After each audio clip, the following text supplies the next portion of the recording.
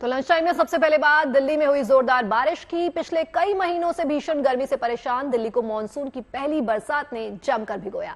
रात में कई घंटे तक हुई बरसात ने पूरे दिल्ली एनसीआर का मौसम ही बदल दिया।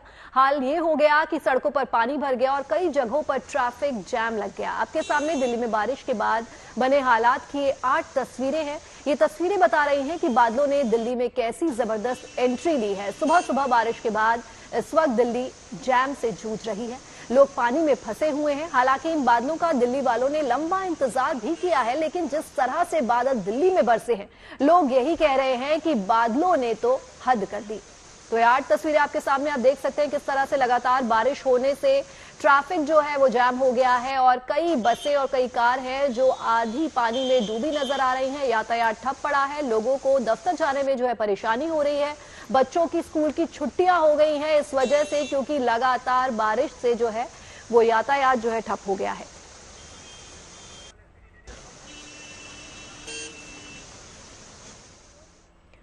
अब देखिए दिल्ली के इलाकों का क्या हाल है वो तो आप तस्वीरों के माध्यम से देख ही रहे हैं, लेकिन दिल्ली के कुछ इलाके ऐसे हैं जो हर बार बारिश में जरूर डूब जाते हैं। मिंटो रोड भी एक ऐसा ही इलाका है। जरा सी बारिश हुई नहीं कि मिंटो ब्रिज का जलमग्न होना तय होता है। इस बार भी एक दिन की बारिश में ही मिंटो ब्रिज अंडरपास पानी से भर गया। अंडरपास में इतना पानी था कि इसमें कारें डूब जाएं। पानी का बहाव भी इतना तेज था कि ये डूबी हुई कारों को धकेल कर लगातार आगे बढ़ता जा रहा था।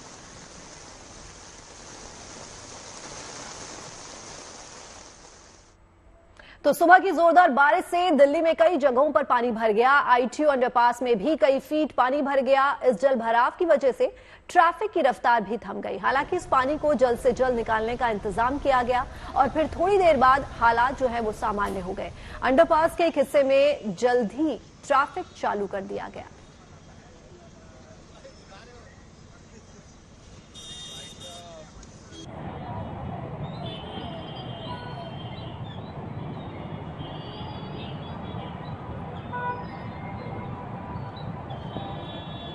तो देखिए दिल्ली तो पूरी तरह से बेहाल नजर ही आ रही है। इसका हालचाल जानने के लिए जरा हमारे सहयोगियों का रुख कर लेते हैं। मनीष चौरसिया हमारे साथ है, नीतू झा हमारे साथ हैं।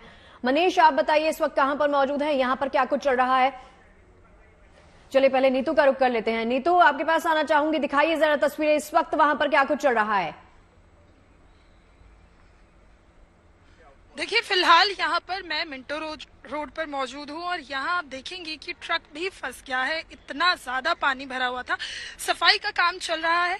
खुद एनडीएमसी के सफाई कर्मचारी यहाँ मौजूद हैं जो लगातार काम कर रहे हैं और एनडीएमसी वाइस चेयरमैन भी इस वक्त यहाँ मौजूद हैं। साथ ही दिल्ली भाजपा सांसद मनोज शर्मा भी आ गए हैं। मैं एक बार राजा से कहूंगी कि उस तरफ आपको वो ट्रक दिखाए। ट्रक की स्थिति देखना बेहद महत्वपूर्ण है क्योंकि पूरा ट्रक फंस गया था। यहाँ इतना पानी था। हम कोशिश करेंगे शगुफ्ता कि हमारी एनडीएमसी वाइस चेयरमैन से बात हो पाए। सर, एक सवाल हमारा आपसे, क्योंकि एनडीएमसी ये एरिया है और हम देख रहे हैं कि वाटर लॉगिंग इतनी ज्यादा हो गई है, क्या वजह है इसके पीछे की? क्योंकि तैयारियां हर साल हम देखते हैं की जाती तो है पहले से, लेकिन जैसे ही बारिश होती है तो ऐसा लगता है कि मानी सारी तैयारियां फेल हो गई। देखिए ये जो मिंटो रोड आप देख रहे हैं, यहाँ सिस्टम सारा पीडब्ल्यूडी का है, एनडीएमसी का सिस्टम नहीं है। और जब ये सिस्टम काम नहीं करेगा तो पानी वाटर लॉगिंग तो होगी। दूसरा जो आउटफॉल है, एनडीएमसी एक टापू है, आउटफॉल जो जाता है वो एमसीडी में जाता है। जैसे भारती नगर जो इनका स्टेशन है, बस डिपो है, वहां पर इनके पंप्स ने काम नहीं किया। अभी एनडीएमसी ने ऑल्टरनेटिव 4 पंप लगाए हैं जहां से पानी लिफ्ट होता है, कुशक नाले में जाता है। ऐसे ही आईटीपीपीओ पर भी आउटफॉल एमसीडी कवर करती है, वो पानी भी यहां से नहीं गया। ऐसे ही पहाड़गंज से पानी बहुत सारा यहां पर आया। सवाल है कि अगर डीसिल्टिंग आपकी प्रॉपर नहीं होगी, आप 750 के आसपास आपके नाले हैं, उसमें से डीसिल्टिंग जो परसों 2-3 दिन पहले की रिपोर्ट है लगभग 200 की हुई है, तो हम क्या करेंगे? एंड सेकंड थिंग, सिस्टम की जो कैपेसिटी है वो 25 मिलीमीटर बारिश को निकालने की है। 1 घंटे में 50 मिलीमीटर से ज्यादा बारिश हुई है और जो पंप लगे होते हैं उसमें इलेक्ट्रिसिटी कनेक्शन भी होता है। जब पानी अचानक आएगा तो आपको इलेक्ट्रिसिटी कनेक्शन को बंद करना पड़ेगा जिससे कि कैजुअलिटीज ना हो, और वो पानी भरता है। उसके कारण से फिर ऑल्टरनेटिव पंप हमने लगाए और कनेक्शन बाहर से दिया।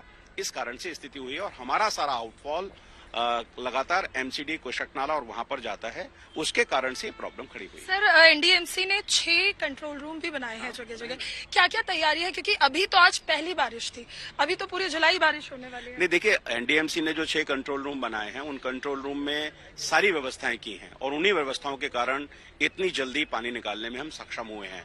और ये जो हमारा एक्सपीरियंस है 50 मिलीमीटर से ज्यादा बारिश का, इसके लिए और भी हम तैयारी करेंगे कि ऑल्टरनेटिव पंप अपर एरिया में रखने की कोशिश करेंगे कि जहां पानी अगर आता भी है तो करंट के कारण से कैजुअलिटीज ना हो और उसको हम ठीक से सिस्टम को चला पाएं। बिल्कुल, देखिए अभी यहाँ पर एनडीएमसी ने 6 कंट्रोल रूम बना दिए हैं शगुफ्ता और गीतिका, और यहाँ की तो तस्वीरें मैंने आपको दिखा दी, सामने भी मैं दिखाऊंगी। एक ट्रक भी यहाँ पर लाया गया है, एक गाड़ी भी फंसी हुई है, अगर आप तस्वीरों में देख पा रही हो यहाँ पर बारिश की वजह से। दूसरी तरफ रोड के अब ट्रैफिक थोड़ा सुचारू है, लेकिन सुबह यहाँ स्थिति बहुत डराने वाली थी। पहले दिन की ये बारिश, और उस बारिश में ऐसा हाल हो गया है, या मानिए जैसे कि कितने लंबी अरसे से ये बारिश हो रही हो, और आज की पहली ही बारिश थी, और अभी तो पूरा मानसून बाकी है, ये तो प्री मानसून की ही दस्तक है। राजा, एक बार पीछे कैमरा घुमाइए और इस तरफ की भी तस्वीरें दिखाइए, जहां सीपी में हम देखेंगे कि अब ट्रैफिक जरूर सुचारू है।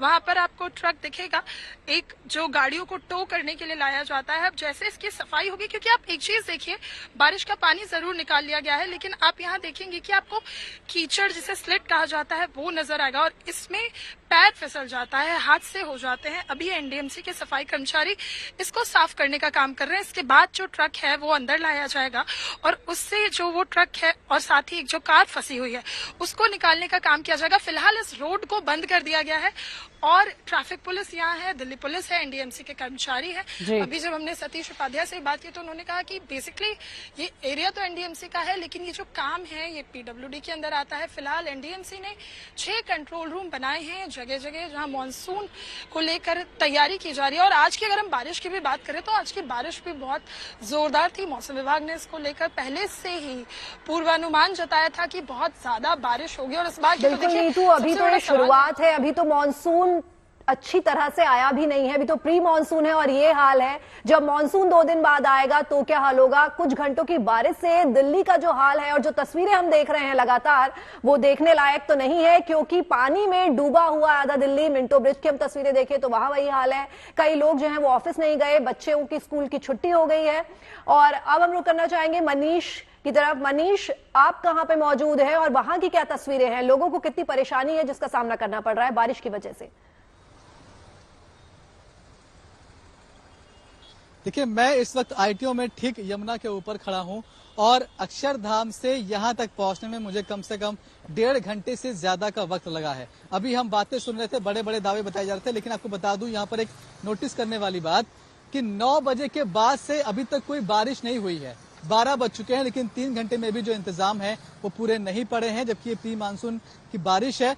हालात कैसे हैं, तस्वीरें आप देख लीजिए। मेरे पूछे कितना लंबा किलोमीटर जाम है ये बताना बहुत मुश्किल है, और मैं खुद मुश्किल से अभी यहाँ से 1.5 या 2 किलोमीटर आगे बढ़ा हूँ, और जो वक्त लगा है वो लगभग 1.5 घंटे का लगा है। तमाम लोग इसी तरह से फंसे हुए हैं। मुसीबत क्या है कि आईटीओ पर पानी भरा हुआ है, जिसकी वजह से ट्रैफिक स्लो है। मैं फिर से कह रहा हूं कि सुबह 9 बजे के बाद से अभी तक बारिश नहीं हुई है। मतलब इंतजाम ऐसे थे जो थोड़ी सी बारिश के बाद ना सिर्फ ठप हुए, बल्कि पानी को तुरंत निकाला जाए, इसकी भी कोई खास व्यवस्था दिखाई नहीं पड़ रही है। हम लोगों से बात करने की कोशिश करते हैं, क्योंकि तमाम लोग यहाँ पर आप देखिए जो ऑटो में है, कैब में है, वो ऐसे भी लोग होंगे जो शायद ट्रेन पकड़ने जा रहे हो, उन्हें कहीं और जाना हो।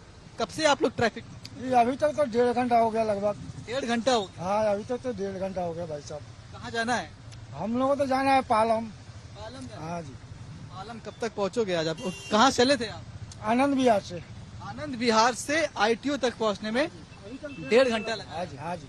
देखिए, यही हालात जो हम बता रहे हैं लगातार, कि लोग घंटों घंटों से जाम में है, इसी ट्रैफिक में फंसे हुए हैं, गाड़ियों के अंदर पैक हो गए हैं, और कैसे यहाँ से निकलेंगे फिलहाल वो इंतजाम इनको दिखाई नहीं पड़ रहा है। हम और लोगों से बात करने की कोशिश करें। सर, कब से आप जाम में कब से हैं? करीब पौना घंटा से ज्यादा हो गया। पौना घंटा से ज्यादा हो गया। कहाँ से चले थे? मैं चला था नोएडा से। नोएडा से जी। अब कहाँ जाना है? टाइम पे पहुँच पाएंगे नहीं पहुँच पाएंगे? टाइम अपने आप पहले ही निकल चुका है जहाँ जाना था? नहीं, जहाँ जाना था वहाँ टाइम निकल चुका है। निकल चुका है जी। अब काम होगा नहीं होगा? अब मुश्किल लग रहा है। मुश्किल लग रहा है। जिस प्लानिंग के साथ घर से आज निकले थे, जो काम लेकर निकले थे, फिलहाल वो काम फंसता हुआ इन्हें दिखाई पड़ रहा है। ऐसे ही लोग अपने ऑफिस, कई लोगों को जाना होगा, वो ऑफिस नहीं पहुंच पा रहे हैं। और इसी तरह से आप देखिए, हमें बहुत सारे लोग मिले रास्ते में, कई एडवोकेट्स मिले जिनकी हियरिंग थी सुप्रीम कोर्ट में। वो कहते हैं कि भाई 2 घंटे से जाम में हूँ, गाड़ी में बैठे बैठे 2 हियरिंग छूट चुकी है, तीसरी होनी है, उस पर भी शायद पहुंच नहीं पाएंगे। मैम, आप कितनी देर से आप लोग ट्रैफिक में? बहुत देर हो गई, बहुत ज्यादा देर हो गई। हमें सिर्फ 4.5 किलोमीटर जाना है and it's more than 30 hours still. 4.5 kilometre जाना है और कितना दिखा रहा है? 33 मिनट्स स्टिल। 33 मिनट्स दिखा रहा है। और आप ऑलरेडी हैं कितने घंटे से?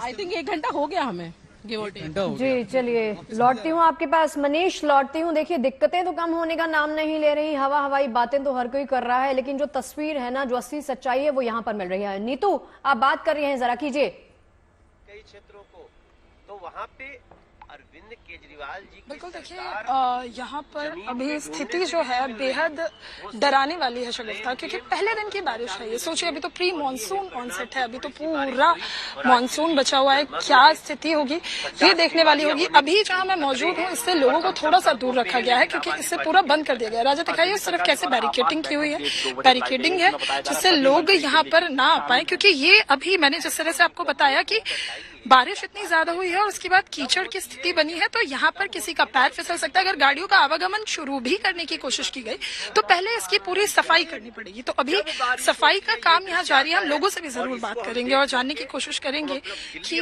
पहली मानसून की बारिश से अगर ये स्थिति हो गई तो आगे आने वाले दिनों में क्या कुछ होगा। इस वक्त भाजपा से सांसद मनोज तिवारी भी यहाँ पहुंचे। मैं कोशिश करूंगी कि उनसे भी हमारी बात हो पाए, लेकिन फिलहाल वो बाकी जो चैनल से उनके सवालों का जवाब दे रहे हैं। लेकिन यहाँ सवाल कई सारे हैं कि पहले दिन की बारिश अगर दिल्ली का ये हाल कर सकती है। देखिए, वहां पर आपको उधर भी दिख रहा होगा कि किस तरह से पुलिस बैरिकेडिंग की हुई है और लोगों को आने जाने से रोका जा रहा है। एनडीएमसी की गाड़ियां यहाँ मौजूद है। सर, एक सवाल, पहले दिन की बारिश, और अगर पहले दिन की बारिश ने दिल्ली की पोल खोल के रख दी तो आगे क्या? अभी भी वो कार डूबी हुई है। पता उसके ड्राइवर को, उसके बैठे हुए लोगों को कहाँ पहुंचाया गया है, अभी उसकी हम चिंता कर रहे हैं। और 4-4.5 घंटा बीतने के बाद भी पानी नहीं निकल पाया है। और ये दृश्य पहली बार का नहीं है। जो भी आज तक के दर्शकों को बताऊं, ये हर साल ऐसा होता है। लेकिन आम आदमी पार्टी की सरकार गायब है, आम आदमी पार्टी के नेता गायब है। ऐसे निकम्मे लोग जो हर साल आने वाली समस्या को, उसका भी कोई निदान नहीं निकाल पाते हैं। ऐसे लोगों को अपने पद पे बने रहने का क्या अधिकार है? दिल्ली की बताइए कितनी तकलीफ होगी, कितनी बीमारियां होंगी। और ये जितने यहाँ से और नीचे नाले हैं जिनको हम साफ करने के लिए 1.5-2 महीने से कह रहे हैं, पानी की किल्लत है, उसकी तो हम लोग सड़कों पे आकर के उन लोगों की बात कर ही रहे हैं। लेकिन नालों को क्लीन रखा जाए, मानसून आएगा, पानी होगा। हर साल का ये दृश्य है और कोई तैयारी नहीं है। ऐसे निकम्मे लोगों को दिल्ली की जनता देख रही है। They should be punished. Sir, लेकिन आज तो पहली बारिश थी, अभी तो हम देख रहे हैं और मौसम विभाग कह रहा है कि पूरी जुलाई बहुत ज्यादा बारिश होने वाली है। तो क्या आने वाले दिनों में हम ऐसी तस्वीर देखेंगे कि दिल्ली जलमग्न होगा? हम बहुत दुख के साथ कहना चाह रहे हैं कि आम आदमी पार्टी की कोई सरकार की तैयारी नहीं और उसका खामियाजा दिल्ली भुगत रही है। हम विपक्ष में खड़े होकर के हम उनको सहयोग भी करना चाहते हैं। आज देखिए, एनडीएमसी की सारी व्यवस्था, अगर पानी कहीं लगा भी होगा तो मुश्किल से 20-25 मिनट, आधा घंटे में क्लीन हुआ होगा। लेकिन कारण क्या, उसके नीचे के नालों को न साफ करना। कहाँ हैं ये लोग? क्यों इतना अत्याचार कर रहे हैं दिल्ली के साथ अरविंद केजरीवाल सरकार? अब ये दिल्ली की जनता भी पूछ रही है, हम भी पूछ रहे हैं। हम बहुत दुखी हैं। लेकिन सर, एक सवाल ये भी है, क्योंकि मैं दिल्ली से हूँ, हम बचपन से ऐसी तस्वीरें देख रहे हैं, चाहे बात मिंटो रोड की हो, धौला कुआं की हो, आईटीओ की हो, और कई ऐसी जगह हैं जहाँ बारिश होगी तो वाटर लॉगिंग होती ही होती है। तो क्या एक मास्टर प्लान नहीं बना था दिल्ली का, जो हर साल ये तस्वीरें हम देखते हैं? आपने बहुत अच्छी बात कही कि आप बचपन से देख रहे हो। आप 23-24 साल के युवा हो। 25 साल से या तो कांग्रेस की सरकार है या तो आम आदमी पार्टी की सरकार है, और वो दोनों मिलकर के चुनाव लड़े हैं इस बार। आप सोचिए, क्या उनको एक बार भी ऐसा हुआ कि वो इसका कोई मास्टर प्लान बना सकें?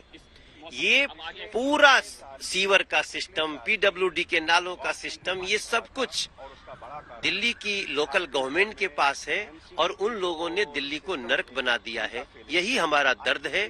मैं समझता हूं कि ऐसे लोगों से, अब ऐसे भी दिल्ली आज ही जा चुकी है, अब समय आ गया है जब ऐसे निकम्मे और लापरवाह लोगों को हटाएगी दिल्ली और जिम्मेदार लोग आएंगे। 25 साल से बीजेपी नहीं है दिल्ली की सरकार में और ये इसी का खामियाजा भुगत रहे हैं लोग।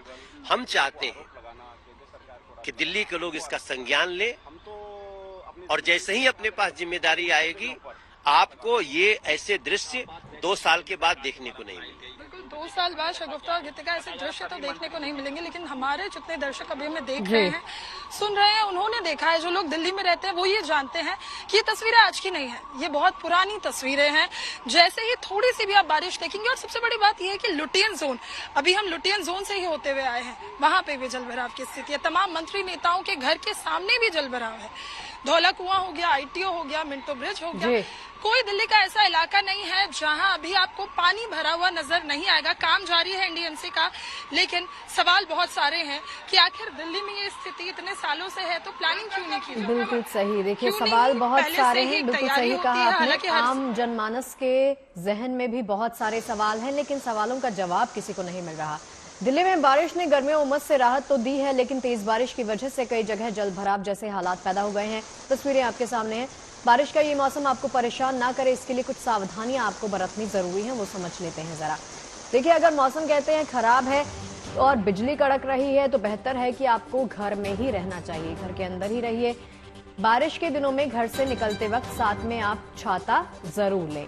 आपका जो रूट है, जो आपका रास्ता है, वहां पर पता कर लें कि हालात कैसे हैं, स्थितियां कैसे हैं, जल भराव है या फिर नहीं है, ये आपको पता होना चाहिए। घर से अतिरिक्त समय लेकर निकलिए। कहीं पर 1.5 घंटे का वक्त लग रहा है तो 2 घंटे लेकर निकलिए, 1 घंटे का वक्त है तो 1.5 घंटा लेकर निकलिए। ट्रैफिक जैम पर भी नजर बनाए रखिए। जिस रूट पर जा रहे हैं वहां पर ट्रैफिक की दिक्कत है या फिर नहीं, आपको पता होना चाहिए। जाम से बचने के लिए रूट को डाइवर्ट भी कर सकते हैं, चेंज ऑफ प्लेस कर सकते हैं। जल भराव में कार लेकर आप ना जाइए, ये आपके लिए बिल्कुल भी फायदेमंद साबित नहीं होगा। लंबी यात्रा पर भी अगर आप खुद को जाने से रोक सकते हैं तो आपको खुद को रोकना चाहिए।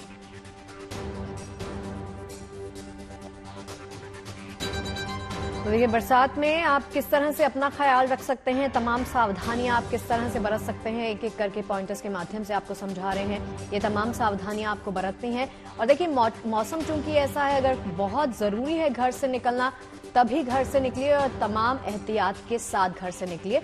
अगर नहीं पॉसिबल है घर से निकलना तो आपके लिए यही सजेस्ट किया जा रहा है कि आप घर पर ही रहिए।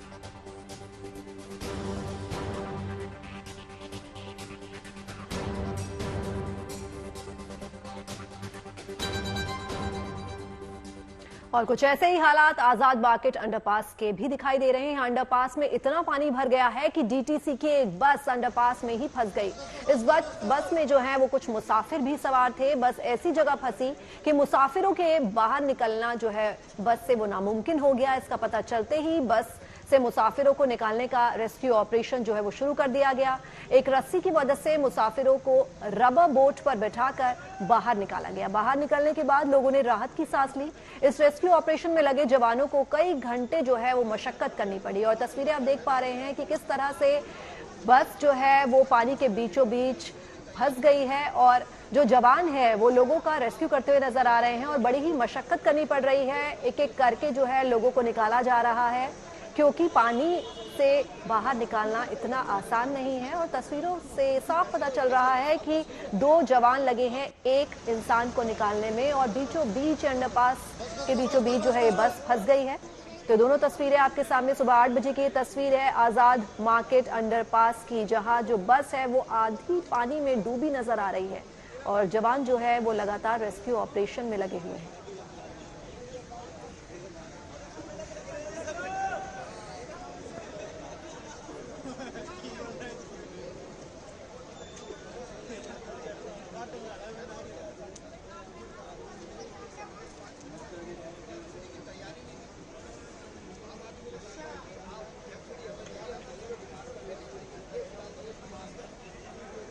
और देखिए, तमाम जगह से तस्वीरें तो लगातार सामने आ रही हैं। एक बार फिर से मनीष अरसिया का रुख करना चाहूंगी। मनीष, देखिए, आप लगातार लोगों से बात कर रहे हैं और समझ रहे हैं। देखिए, ये राहत की जो हम बात कर रहे थे कि राहत की बारिश नहीं हो रही, राहत की बारिश नहीं हो रही, अब राहत की बारिश तो हुई है, साथ में आफत भी लेकर आई है। आफत इतनी बड़ी है कि लोगों के गले के फांस बन गई है। आपने लोगों से बात भी की, हमने सुना कि उन्होंने क्या कुछ कहा कि 1.5-2 घंटे से लगातार ट्रैफिक जाम की दिक्कत से वो 2-4 हो रहे हैं।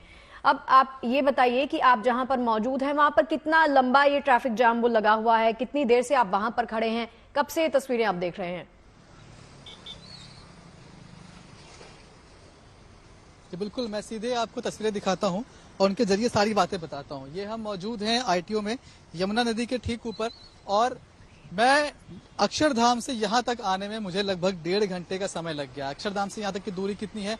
बमुश्किल 4 किलोमीटर, और 4 किलोमीटर दूरी तय करने में मैं खुद यहाँ पर 1.5 घंटे में पहुंचा हूं। लेकिन ऐसे कई सारे लोग हैं जो दूसरे रास्तों से आए हैं। मतलब आप सोचिए कि जो सुबह 8:30 बजे घर से निकला, उसे वो जिस रास्ते से जाते हैं उस रास्ते पर गए, उन्हें वहां ट्रैफिक मिला, उन्होंने दूसरा रास्ता लिया, दूसरा रास्ता लेकर यहाँ पर आए और फिर से ट्रैफिक जाम में फंस गए। तो इस तरह की तस्वीरें हैं कि लोग जिस तरफ भी जा रहे हैं उन्हें जाम का ही सामना करना पड़ रहा है। और जो लोग ऑफिस जा रहे हैं उनका चलो ठीक है, एक दिन का ऑफिस है, ऑफिस वाले समझते हैं कि जाम लग गया, लेकिन कई लोग ऐसे हैं जिन्हें ट्रेन पकड़नी है, जिन्हें फ्लाइट पकड़नी है, वो भी इस तरह से यहाँ परेशान दिखाई पड़ रहे हैं। इतना ट्रैफिक लगा हुआ है कि ट्रेन भी छूट रहा है। ट्रेन पकड़नी है? हाँ जी, ट्रेन भी 1 बजे की ट्रेन है। 1 बजे की है। 1 बजे की ट्रेन है। देखिए अभी ये फैमिली इसमें बैठी हुई है और इनकी 1 बजे की ट्रेन है और इन्हें लग रहा है कि गाड़ी छूट जाएगी। कभी कभी ऐसे ही ट्रैफिक खुलता है और मुश्किल से 10-20 मीटर बढ़ता है और फिर से इस तरह से ब्रेक लग जाते हैं गाड़ियों में, आप फिर कुछ नहीं कर पाते हैं।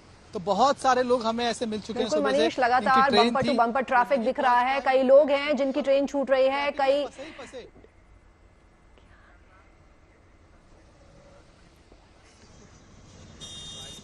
तो लगातार तस्वीरें हम देख रहे हैं। बारिश की वजह से लोगों को कितनी मतलब परेशानी हो रही है और बरसात ने कहीं ना कहीं दिल्ली की रफ्तार रोक दी है। धन्यवाद आपका मनीष, बहुत बहुत हमारे साथ जुड़ने के लिए। और जोरदार बारिश के बाद लाजपत नगर के पास मूलचंद फ्लाईओवर में भी पानी भर गया है। इस जल भराव में 2 ट्रक और कई कारें फंस गई हैं। गनीमत रही कि इन गाड़ियों के ड्राइवर वक्त पर कार और ट्रक से बाहर निकलकर सुरक्षित जगहों पर पहुंच गए। चश्मदीद बता रहे हैं कि शुरुआत में अंडरपास में ज्यादा पानी नहीं था, लेकिन थोड़ी ही देर में हालात बदले और अंडरपास में कई फीट पानी इकट्ठा हो गया। इस पानी की वजह से कई गाड़ियां अंडरपास में बंद हो गई।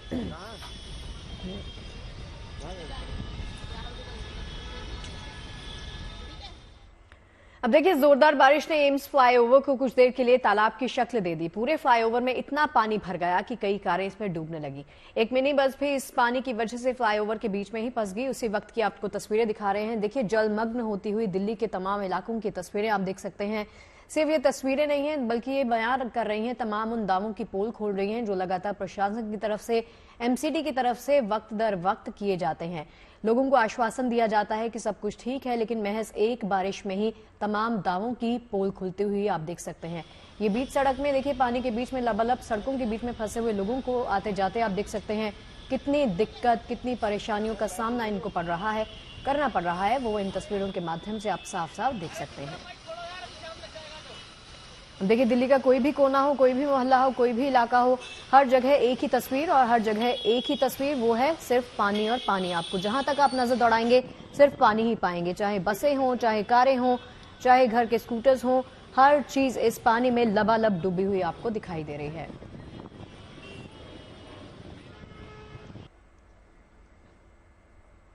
तो बारिश के दिनों में हमें कई चीजों का खासतौर पर ध्यान रखना होता है, खासतौर पर अपने खाने पीने का, आने जाने का, और इसी बीच अपनी कार का भी खास ख्याल रखना बेहद जरूरी है। जी हां, अगर कहीं जलभराव है तो वहां कार ले जाने से बचें। पानी में कार बंद हो जाए तो स्टार्ट करने की कोशिश ना करें, ऐसा करने से इंजन खराब हो सकता है।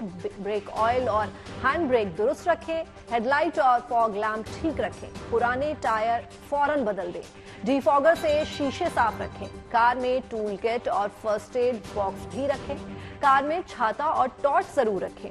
रोड पर पानी जमा हो तो कार की रफ्तार को बिल्कुल कम रखें, कार में पानी आ जाए तो इंजन फौरन बंद कर दें। जी हाँ, इन बातों का आपको खास ध्यान रखना है। जब भी बारिश हो तो बरसात में अपनी कार का आपको खास तौर पे ध्यान रखना है। तो बारिश ने खलल डाला, मैच को लेकर हाँ ना होती रही, लेकिन अंत में वही हुआ जो हर हिंदुस्तानी की मुराद थी। भारत 10 साल बाद T20 विश्व कप के फाइनल में पहुंच गया। इस फाइनल मंजिल के पड़ाव में जिस तरह भारत ने अंग्रेजों को घुटने टेकने पर मजबूर किया, उसे देखना अद्भुत रहा। भारत के बल्लेबाजों ने शानदार खेला। रोहित और सूर्यकुमार की जोड़ी ने पहले बल्ले से धमाका उन्होंने किया और फिर कुलदीप, अक्षर और बुमराह ने बॉल से समा बांध दिया और इसके साथ भारत की झोली में वो जीत आ गई जिसका इंतजार 10 बरस से हो रहा था। अंग्रेजों के साथ ये मैच कई मायनों में अहम था। 2022 में अंग्रेजों की वजह से हमारा T20 विश्व कप जीतने का सपना टूटा था। आज हमने उन्हीं अंग्रेजों को हराकर उनका गुरूर तोड़ दिया। गुयाना के प्रोविडेंस स्टेडियम में खेले गए सेमीफाइनल मुकाबले में भारत ने इंग्लैंड को 68 रनों से हरा दिया। सेमीफाइनल मुकाबले में इंग्लैंड को जीत के लिए 172 रनों का टारगेट मिला था, लेकिन उसकी पूरी टीम 16 ओवर और 4 गेंदों में 103 रन पर ढेर हो गई। अब फाइनल मैच में भारत का सामना साउथ अफ्रीका से होगा, तो इस जीत पर कैसे झूम उठे भारत के फैंस, चलिए आपको सुनवाते हैं। एकदम बढ़िया मैच था, मतलब पैसा वसूल, unbelievable. India in the finals again, this time 23 के बाद। I think this time we should get the world cup. बहुत मजा आया, बहुत अच्छा खेला इंडिया ने and they played like champions. Now hoping South Africa के साथ वापस यही रिपीट करे and I am pretty sure they will. All the best India. 110%, 500%. This team that India has today is most balanced. This is the team that's going to win the tournament. Match बहुत अच्छा था। हम अभी LA से आए, हम LA Los Angeles आए अभी ये मैच देखने के लिए। अभी ये रिवेंज मैच है, इंग्लैंड को हराना है। साउथ भी, लेकिन इंग्लैंड तो हार गया, वी डिस्ट्रॉयड देम। अभी साउथ अफ्रीका का अगला बारी है। इंडिया यहाँ पे एक विजन के साथ आया था और उस विजन में सबसे बड़ी बात क्या है? भरोसा, believe. The word what we taking believe is going on with us. एक बार भी इंडिया ने पहले गेम से लेकर आखिरी गेम तक टीम चेंज नहीं करी। उसका कारण है, चाहे कोई चल रहा है नहीं चल रहा, उसका कोई लेना देना नहीं। But the Rohit and the coaches what the believe they showing, we will go with that. India की जीत से हम बहुत खुश हैं और हम फाइनल भी उठाएंगे और पिछली बार का बदला हमारा पूरा हुआ। भारत माता की जय। इंडिया बिल्कुल फुल गारंटी से फाइनल उठाएगा और इस बार 2024 T20 वर्ल्ड कप का चैंपियन बनेगा।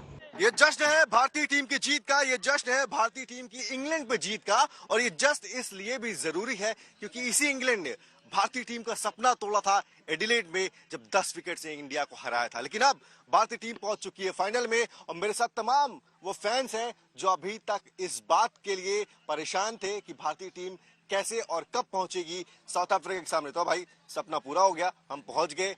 फाइनल में साउथ अफ्रीका हमारे सामने होगी। लेकिन इस जीत को आप कैसे देखते हैं? क्या ये एक तरफा डोमिनेंस नजर आया आपको? हाँ, मेरे को तो एक तरफा ही लगा, लेकिन जो इंडिया टीम में पूरे वो फील्डरों ने अच्छा परफॉर्मेंस किया, बॉलरों ने भी बहुत अच्छा किया, जिस कारण इंडिया टीम ने इनको बहुत जल्दी ऑल आउट किया। शुरू में बैट्समैनों ने भी बहुत अच्छा स्टार्ट दिया था, जैसे रोहित शर्मा, सूर्यकुमार, हार्दिक पांड्या ने भी अच्छा स्टार्ट दिया। आखिरी में जडेजा, इन सब ने अच्छा फिनिश किया, जिस कारण स्कोर हमारा अच्छा था। और साथ में बॉलिंग टाइम जब अक्षर पटेल ने विकेट लेना स्टार्ट किया तो उसी के साथ बुमराह ने भी उनको अच्छा सपोर्ट किया विकेट में, जिस चक्कर में लगातार विकेट गिरते गए। इस चक्कर में इंडिया ने जल्दी ऑल आउट किया। अब वर्ल्ड कप आ रहा है, आप पहुंच गए फाइनल में, तो अब ये बताओ वर्ल्ड कप आ रहा है? हाँ बिल्कुल, कॉन्फिडेंस।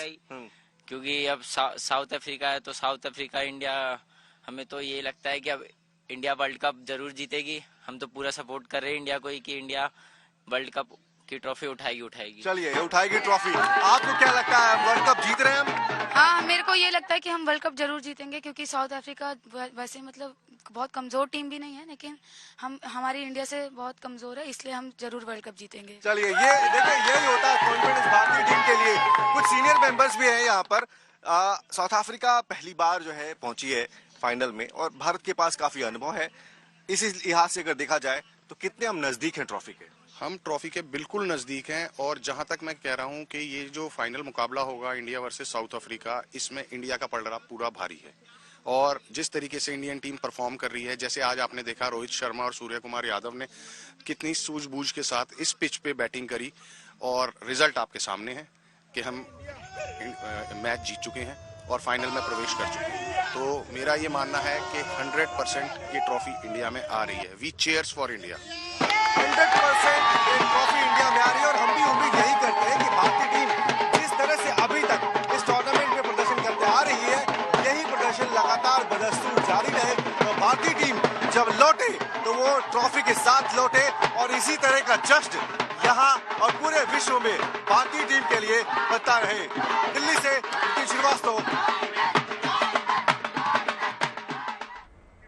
भैया ये सेलिब्रेशन तो चलता रहेगा, कल भी चला, आज भी चला और कल भी चलेगा, परसों भी चलेगा। क्रिकेट की बात तो हमने कर ली, अब बात अमरनाथ यात्रा की, जिसका पहला जत्था आज रवाना हो गया।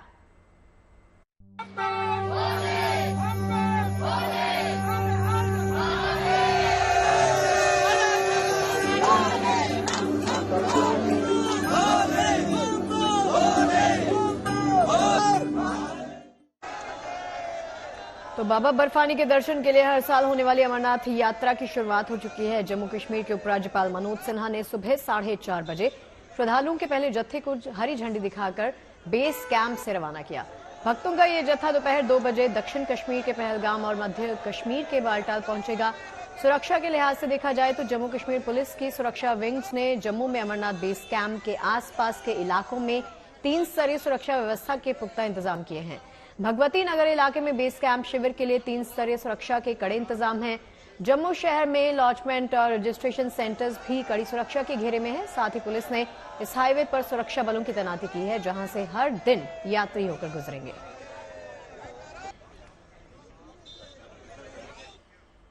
अमरनाथ यात्रा के लिए तड़के जम्मू से शिव भक्तों का पहला जत्था रवाना हो चुका है। उपराज्यपाल मनोज सिन्हा ने झंडी दिखाकर सुरक्षित और सफल यात्रा की कामना की। इस यात्रा के लिए सुरक्षा के भी जबरदस्त इंतजाम किए गए।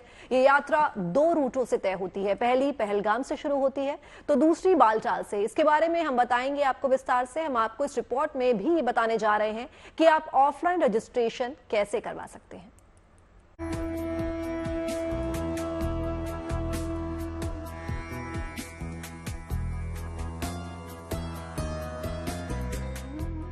बाबा बर्फानी के भक्तों का उत्साह देखते ही बन रहा है।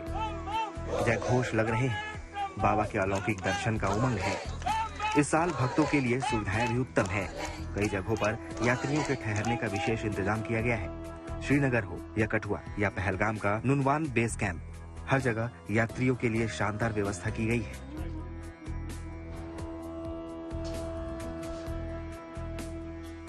भारी मात्रा में श्रद्धालु आ रहे हैं, तो यात्रा में हमने 12 काउंटर इस बार वहाँ पे लगाए हैं।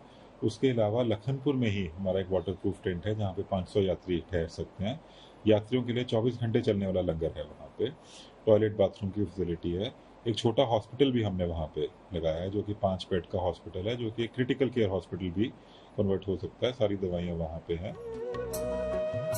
अमरनाथ यात्रा के लिए ऑफलाइन रजिस्ट्रेशन भी हो रहे हैं। ऑफलाइन रजिस्ट्रेशन के लिए सबसे पहले श्रद्धालुओं को जम्मू रेलवे स्टेशन के सरस्वती धाम से टोकन लेना होगा। पहले श्रद्धालुओं का मेडिकल चेकअप किया जाएगा, उसके बाद ही टोकन जारी किया जाएगा। आम श्रद्धालुओं और साधु संतों के लिए अलग अलग रजिस्ट्रेशन सेंटर बनाए गए हैं। ऑफलाइन रजिस्ट्रेशन सेंटर के वैष्णवी धाम पंचायत भवन महाजन जाना होगा। वहीं साधु संतों के लिए EKYC centre, railway station, RFID और बेस कैंप भगवती नगर में रजिस्ट्रेशन सेंटर बनाए गए हैं। इसके बाद भक्त अपनी यात्रा शुरू कर सकते हैं। बाबा अमरनाथ की गुफा तक जाने के 2 रास्ते हैं। सबसे पुराना रास्ता है जम्मू कश्मीर से पहलगाम होते हुए जम्मू से करीब 15 किलोमीटर और श्रीनगर से 96 किलोमीटर दूर है पहलगाम। यहाँ से पवित्र गुफा करीब 46 किलोमीटर दूर है। इस रास्ते से अमरनाथ धाम की यात्रा 5 दिन में पूरी होती है। पहलगाम से पवित्र गुफा तक के हर पड़ाव के साथ जुड़ी है भगवान शिव की अमर कथा। नीता अंबानी अभी हाल ही में वाराणसी पहुंची थी। यहाँ उन्होंने बाबा विश्वनाथ के दरबार में बेटे अनंत की शादी का कार्ड अर्पित किया और उसके बाद उन्होंने वहां काशी की मार्केट में घूमकर चाट का आनंद उठाया। इन सब के अलावा भी उन्होंने एक काम किया जिसकी जानकारी उस वक्त सामने नहीं आई। आखिर वो क्या काम था, इसके बारे में जानने के लिए देखिए हमारी एक खास रिपोर्ट।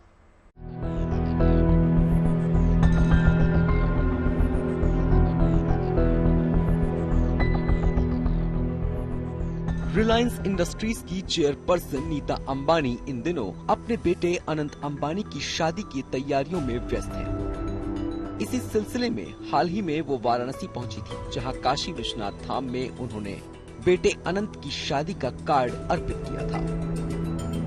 बाबा विश्वनाथ के दर्शन पूजन करने, गंगा आरती में शामिल होने के बाद नीता अंबानी ने यहाँ चाट का स्वाद भी लिया था। यही नहीं, यही उन्होंने बेटे की शादी को लेकर खुद के लिए 1,80,000 रुपए की कीमत वाली लाख बूटी की साड़ी भी खरीदी और 60 साड़ी पसंद करके भी गई। साड़ी मैं लेकर आया हूँ तो उन्होंने साड़ियों को देखकर कहा बहुत सुंदर साड़ी बनाया है जो है, तो उसमें से कुछ साड़ियाँ निकाली जो है बहुत कई एक साड़ियाँ निकाली हमारी, तो उसमें जो रेड कलर की साड़ी थी उनको बहुत अच्छी लगी हमारी लाख बूटी की साड़ी। आदि का जो इसमें तार लगा हुआ उसके ऊपर जो है गोल्ड का इलेक्ट्रोप्लेटिंग किया हुआ है और 2 लोग मिलकर बनाए हैं। मैं उनको पूरी कहानी बताया। उसके बाद भी हमारी कई एक साड़ियाँ उन्होंने इकट्ठा की जो है कहीं ठीक है हम इसको विशेष अपने ऑकेजन में पहनेंगे, यूज करेंगे जो है मेहमानों को देंगे। नीता अंबानी ने जो साड़ी खरीदी उसे छोटे लाल पाल ने अपने एक सहयोगी की मदद से तैयार किया था। उस साड़ी को बनाने में दोनों कारीगरों को करीब 2 महीने का वक्त लगा था। जो साड़ी ले गए उसको तो हम ही बुने हुए हैं और उस साड़ी की खासियत है कि सर उसको हम लोग लखा बूटी एक नाम दिए हुए हैं और उसमें 90 हज़ार के पास बूटियाँ आप गुनेंगे तो 90 हज़ार के आसपास बूटियाँ उसमें आएगी। और उस साड़ी का खासियत ये है कि उस सिल्क के कपड़े पर बुना हुआ है, जरी लगी हुई है, रियल जरी लगी हुआ है, जैसे चांदी का तार लगा हुआ है, उस पर गोल्ड का पानी चढ़ा हुआ है। साड़ी व्यापारी अमरीश कुशवाहा को नीता अंबानी की टीम ने संपर्क किया था और नीता अंबानी जब वाराणसी पहुंची तो वहां के एक होटल में अमरीश कुशवाहा ने उन्हें अपने यहाँ बनाई गई अलग अलग डिजाइन की साड़ियाँ दिखाई, जिसमें से उन्होंने अपने लिए 1,80,000 रुपए की कोनिया ट्रेंड की लाख बूटी की साड़ी खरीदी। अमरीश कुशवाहा के मुताबिक उन्होंने नीता अंबानी को बाकी जो साड़ियाँ दिखाई वो भी 70,000 रुपए से लेकर 1.5 लाख रुपए की रेंज की थी। वाराणसी से ब्रिजेश कुमार के साथ bureau report, good news today.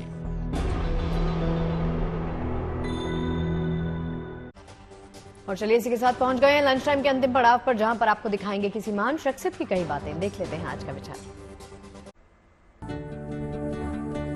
Mahatma Gandhi ने कहा है कि हर सुबह आपके पास एक नया अवसर होता है, इसका सही उपयोग करें और अपने सपनों को पूरा करें।